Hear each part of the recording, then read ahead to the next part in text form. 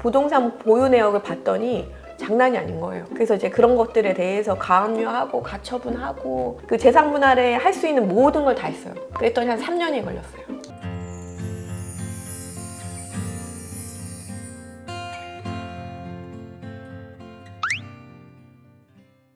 안녕하세요. 법률사무소 봄의 대표 변호사 정현주, 법률사무소 봄 대표 변호사 이완수입니다. 이번 시간에는 남양주지원 가사조정위원이시기도 하신 정현주 변호사님을 모시고 이혼 소송에 관해서 한번 이야기를 해보려고 하는데요. 네.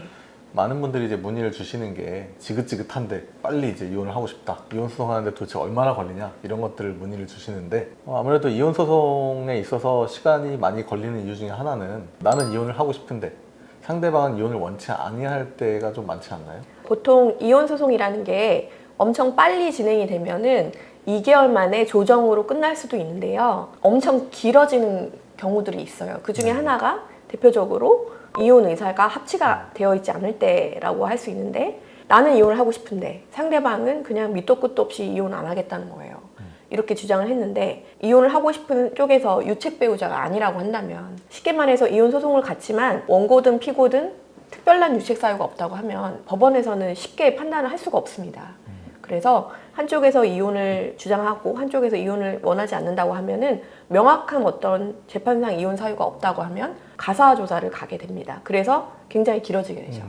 또 이제 이혼 소송을 지연시킬 수 있는 이유는 뭐가 있을까요? 그 다음에는 이제 양육권 분쟁이 생겼을 때, 자녀를 내가 키우겠다고, 네. 서로 키우겠다고 이렇게 주장하는 경우인데, 최근에 굿 파트너라는, 저도 재밌게 보고 네, 있어요. 저도 보고 있습니다. 거기서 보면 양육권 분쟁이 나오잖아요. 그렇죠. 내가 아이를 키우겠다고 서로 다투게 되는 경우에는 그때도 법원이 엄마가 키워, 아빠가 키워 이렇게 판단할 수가 없고, 가사조사를 통해서 가사조사관이 직접 그 집에 가가지고 양육 환경도 보고, 그리고 아이한테 물어보기도 해요. 엄마랑 살고 싶은지 아빠랑 살고 싶은지.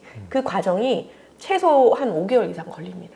그 외에도 또 이제 재판 지연 사유가 또 있잖아요. 예를 들면 재산 분할이라던가. 그렇죠. 이제 대표적으로 소송이 가장 길어지게 되는 원인이 사실 재산 분할이죠. 재산 분할이 한번 걸리면은 최소 2년 이상 갈 수도 있는 것 같아요. 상대방의 재산을 알고 있는 상황에서 거기에 대한 다툼이 생기면 사실 기여도만 신경을 쓰면 되는데, 상대방의 재산을 잘 모르는 경우들이 많아요. 그러다 보니까 이제 그 재산을 파는 과정이 좀 걸리잖아요. 그렇죠. 예, 사실조회도 하고 뭐 금융거래 제출 명령도 하고 뭐 이러다 보니까 엄청 길어지는 거고, 아파트 같은 경우에는 KB 시세라는 게 나와 있지만 공장이라든지 아니면은 뭐 음식점이라든지 이런 것들을 이제 재산 분할을 하게 되면은 이거를 이제 시세로 판단을 해야 되는데 시세가 없어요. 그러면은 이제 감정 절차를 가게 되는데, 이 감정 절차도 수개월이 걸리는 게 기본입니다. 그렇죠. 네, 그러다 보니까 이제 뭐 감정도 해야 되지, 그리고 잘 모르니까 계속 뒤져야 되지, 이런 시간들 때문에 굉장히 오랜 시간이 걸릴 수밖에 없습니다. 그러면 이제 이런 이혼 소송 늘어진다면 어디까지 늘어질 수가 있는 건가요? 네, 저희가 이제 재산 분할 다툼을 했던 적이 있었는데, 사실 그쪽의 재산이 얼마 없는 줄 알았어요. 근데 우리가 이제 과거 부동산 보유 내역 이런 것까지 다 알 수가 있잖아요. 그렇죠. 부동산 보유 내역을 봤더니 장난이 아닌 거예요. 네, 근데 상대방이 그거를 숨기고 있었던 거예요. 그래서 이제 그런 것들에 대해서 가압류하고 가처분하고 또 감정하고 뭐 이런 것들을 다 했거든요, 저희가 진짜. 그 재산 분할에 할 수 있는 모든 걸 다 했어요. 그랬더니 한 3년이 걸렸어요.